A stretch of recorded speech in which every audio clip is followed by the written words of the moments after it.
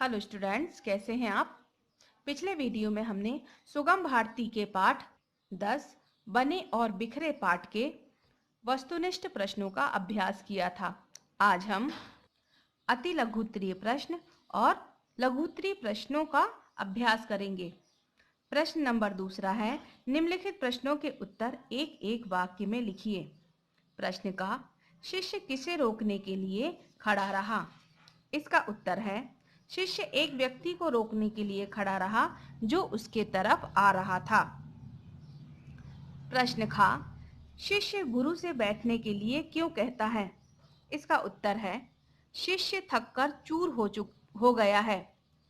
वह आराम करने के लिए गुरु से बैठने के लिए कहता है। अगला प्रश्न है, मार्ग में मिलने वाले व्यक्ति की वेशभूषा कैसी थी।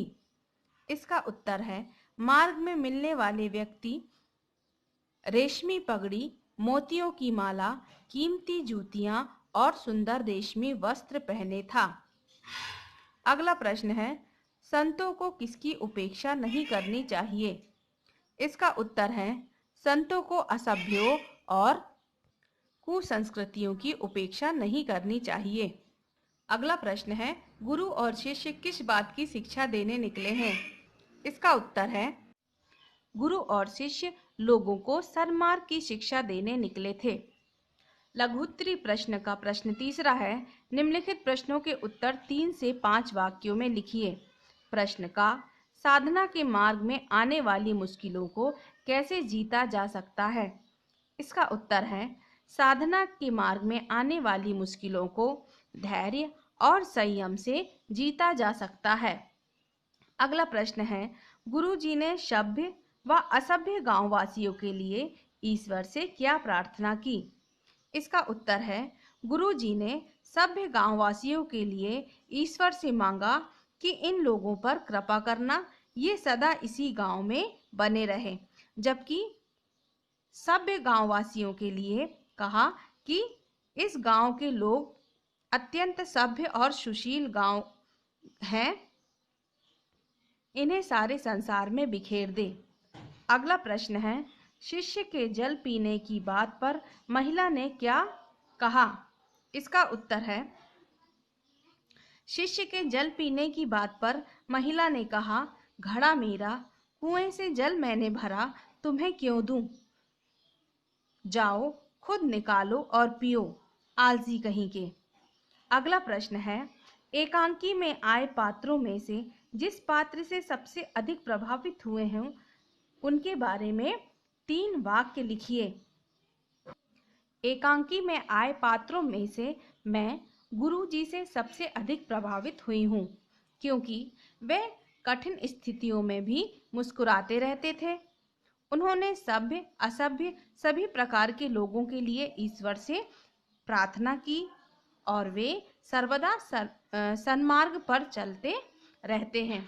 अगला प्रश्न है, हे ईश्वर, हमारी गलतियों को क्षमा करें, किसने किससे क्यों कहा। इसका उत्तर है, हे ईश्वर, हमारी गलतियों को क्षमा करें। यह शब्द गुरु जी ने ईश्वर के समक्ष कहे और इसलिए कहे ताकि उनके हृदय में करुणा, संतोष, प्रेम, असहिष्णुता और विनय का वास हो। भाषा की बात का प्रश्न चौथा है, निम्नलिखित शब्दों का शुद्ध उच्चारण कीजिए। मेरे साथ दोहराएं। हृदय, वस्त्र, संस्कृति, स्पर्श, विश्राम, भ्रष्ट। अगला प्रश्न है, निम्नलिखित शब्दों में शुद्ध वर्तनी पर गोला लगाइए। इसमें शुद्ध वर्तनी है व्यक्ति, प्रसन्नता, प्रार्थना, प्रतीक्षा। ध्यान दीजिए, ऊपर दिए गए उदाहरणों को ध्यान से पढ़िए। महिला, लोगों, मुद्रा, गांव वासियों। स्टूडेंट्स, का एवं खा वाक्य में महिला व मुद्रा से एक का बोध होता है, पर खा और घा में लोगों और गांव वासियों शब्द से एक से अधिक का बोध होता है। शब्द के जिस रूप से उनके एक अथवा अनेक होने का बोध हो उसे एक वचन कहते हैं। हिंदी में उसे वचन कहते हैं। हिंदी में वचन दो प्रकार के होते हैं, एक वचन, बहुवचन। एक वचन शब्द के जिस रूप से उसके एक होने का बोध हो उसे एक वचन कहते हैं।